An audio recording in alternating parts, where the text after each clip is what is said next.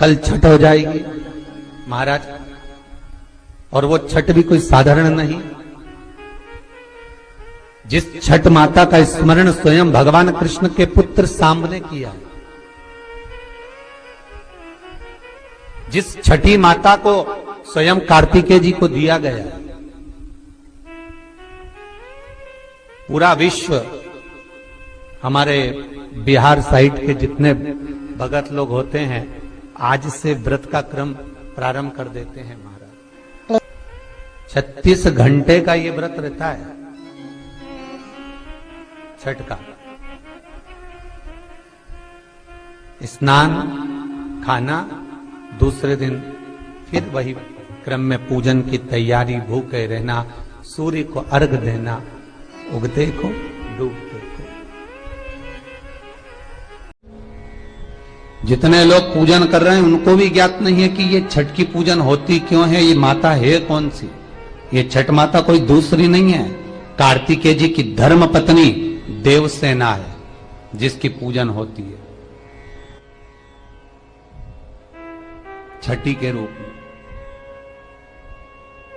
उगता सूरज और डूबता सूरज का अर्घ होता है।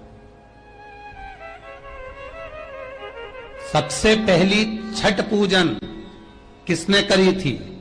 भगवान कृष्ण के पुत्र सांब ने करी थी। सांब पुराण कहती है सबसे पहली छठ पूजन, क्योंकि सांब का शरीर बेकार हो गया था। भगवान कृष्ण की शरण में सांब पड़ गया। पिताजी आपने मुझे श्राप दिया है, क्योंकि गलत भाव हो गया था, गलत दृष्टि हो गई। भगवान कृष्ण के पास में जामवंती जी बैठी हुई थी तो सांब ने आकर कहा, पिताजी मुझसे गलती हो गई, बहुत बड़ी गलती, क्षमा कर दीजिए। भगवान कृष्ण ने कहा, तुम सूर्य की आराधना करो। सूर्य की आराधना करी तो सूर्य कहते हैं तुम इंद्र की पुत्री देवसेना की आराधना करो।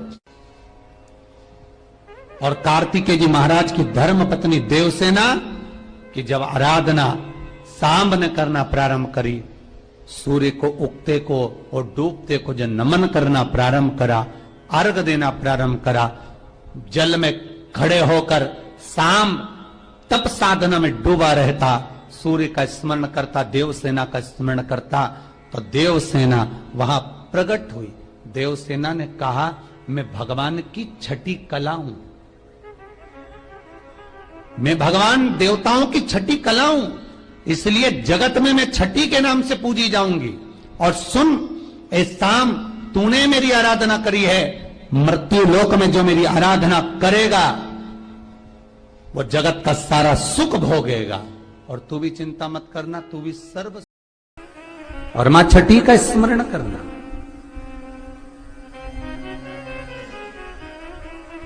और ये कोई साधारण सा महीना नहीं है कार्तिक का महीना। जिस कार्तिक के महीने में माता लक्ष्मी का स्मरण कर रहे हैं, कार्तिक के महीने में गणेश का स्मरण कर रहे हैं, माता सरस्वती का स्मरण कर रहे हैं, भगवान शिव का स्मरण कर रहे हैं, ये वही कार्तिक का महीना है जिसमें भगवान शंकर और भगवान कृष्ण का, भगवान नारायण का मिलन हुआ था। अभी जो कार्तिक पूर्णिमा आएगी उसके एक दिन पहले हरिहर मिलन आता है, वैकुंठ चतुर्दशी।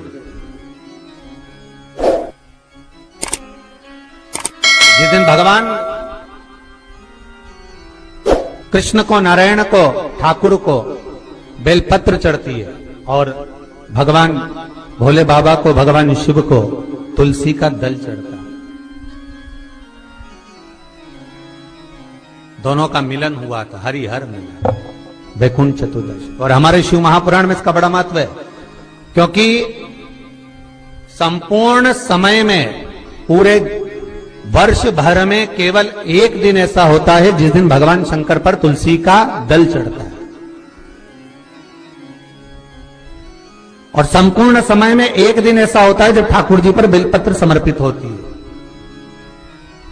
शास्त्र तो कहता है, विष्णु पुराण कहती है, स्कंद पुराण वर्णन करती है कि ठाकुर जी को तो बेलपत्र आप अगर पूजन कर रहे हो तो रोज समर्पित कर भी सकते हो, पर शंकर भगवान को, भोलेनाथ को, मेरे विश्वनाथ को तुलसी का दल साल भर में समर्पित नहीं होता। केवल एक वैकुंठ चतुर्दशी का दिन ऐसा होता है और उस बेलपत्र की भी बड़ी महत्वता है। और कार्तिक के महीने में अपन जब कथा श्रवण कर रहे हैं, आनंद ले रहे हैं, सुनने के लिए बैठे हैं और मौका मिला है कार्तिक महत्तम को श्रवण करने का, तो एक एक महत्व को अपन समझ। उत्तर भारत के जो लोग हैं ये पूजन करते हैं दीपावली के बाद में छठ की पूजन, छठी।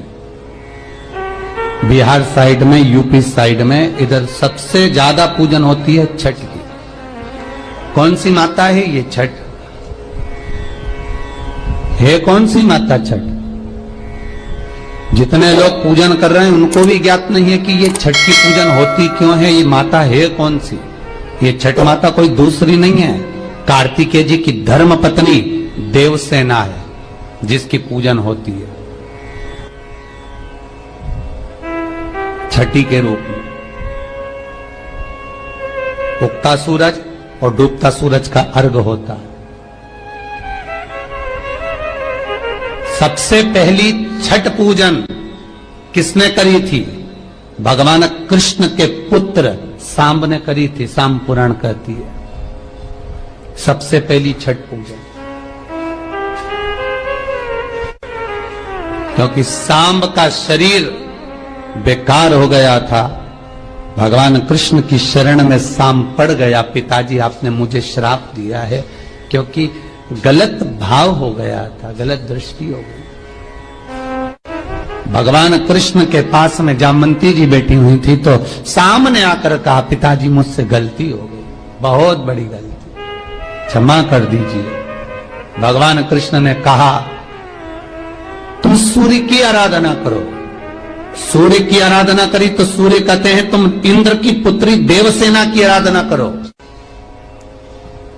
और कार्तिकेय जी महाराज की धर्म पत्नी देवसेना की जब आराधना सांब ने करना प्रारंभ करी, सूर्य को उगते को और डूबते को जब नमन करना प्रारंभ करा, अर्घ देना प्रारंभ करा, जल में खड़े होकर सांब तप साधना में डूबा रहता, सूर्य का स्मरण करता, देवसेना का स्मरण करता, तो देवसेना वहां प्रकट हुई। देवसेना ने कहा, मैं भगवान की छठी कला हूं, मैं भगवान देवताओं की छठी कला हूं, इसलिए जगत में मैं छठी के नाम से पूजी जाऊंगी। और सुन ए सांब, तूने मेरी आराधना करी है, मृत्यु लोक में जो मेरी आराधना करेगा वो जगत का सारा सुख भोगेगा, और तू भी चिंता मत करना, तू भी सर्व सुख भोगेगा। अब देखिएगा महाराज, शिव महापुराण की कथा कितना सुंदर वर्णन कर रही है कि एक लोटा पानी का फल क्या है। माताओं जरा आप ध्यान दीजिएगा। कई लोग कहते हैं गुरुजी आप पुरुषों को तो कहते ही नहीं हो कि एक लोटा पानी चढ़ाओ, कि पुरुष लोग मंदिर जाएं, कि पुरुष लोग भगवान शंकर का आराधना करें, पूजन करें। मेरा आप सबसे निवेदन है, इस व्यासपीठ से हमने कभी ये नहीं कहा कि माताओं आप जल चढ़ाओ, कि पुरुष आप जल चढ़ाओ। हम तो निवेदन सबके लिए करते हैं कि आप सब मिलकर, गला पकड़ रहा है बाबू, आप सब मिलकर आप शिव की आराधना करिए, आप सब मिलकर भगवान शंकर का आराधना करें। एक लोटा पानी, चाहे पुरुष हो, चाहे स्त्री हो, चाहे बच्चे हो, चाहे युवान हो, चाहे बड़े हो, वो जल शिव को समर्पित करें। शंकर को जल समर्पित करो, शंकर को जल चढ़ाइए। उसका फल क्या है महाराज? शिव जी की कुछ चीजें बड़ी प्रिय है। एक भस्म का त्रिपुंड, एक गले में रुद्राक्ष की, जम के बोलिए, माला। और अगर रुद्राक्ष की माला नहीं भी हो तो एक रुद्राक्ष आपके गले में हो, मस्तक पर त्रिपुंड हो, गले में रुद्राक्ष हो, और मुख पर या तो पंचाक्षर मंत्र नमः शिवाय ओम, या ओम नमः शिवाय, या श्री शिवाय नमस्तुभ्यम। फिर से बोलिए, श्री शिवाय नमस्तुभ्यम, श्री शिवाय नमस्तुभ्यम।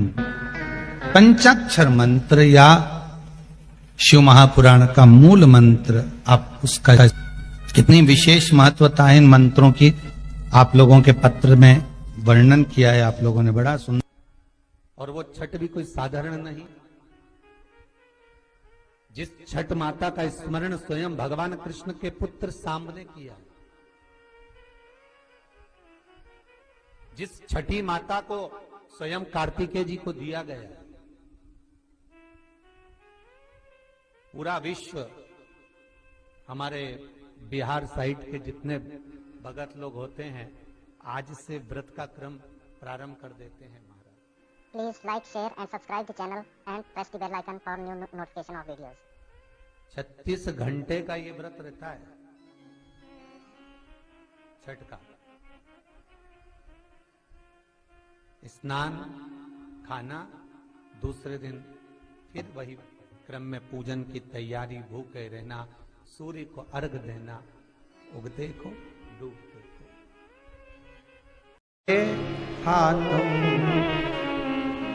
जिस दिन आप किसी व्रत को उठाओ, शिव पुराण की व्रत शिव पुराण कथा कह रही है, जिस दिन आप पशुपति व्रत उठाओ, सोमवार व्रत उठाओ, मंगलवार, एकादशी, कोई भी व्रत अगर आप उठा रहे हो तो पहले, सबसे पहले जाकर अपना जो परिंडा होता है ना, पानी का मटका, पानी का स्थल, पानी का जहां जल भरते हो, पात्र भरते हो, वो स्थल जो होता है ना, उस स्थल के पास में खड़े हो, हाथ जोड़कर निवेदन करो अपने पूर्वजों से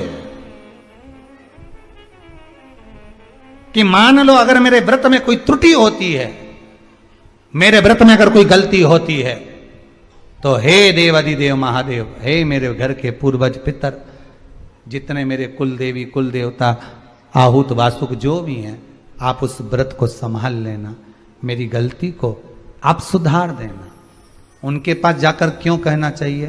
क्योंकि वो हमारे बुजुर्ग हैं, बड़े हैं, हम उनसे छोटे हैं, हम छोटे हैं।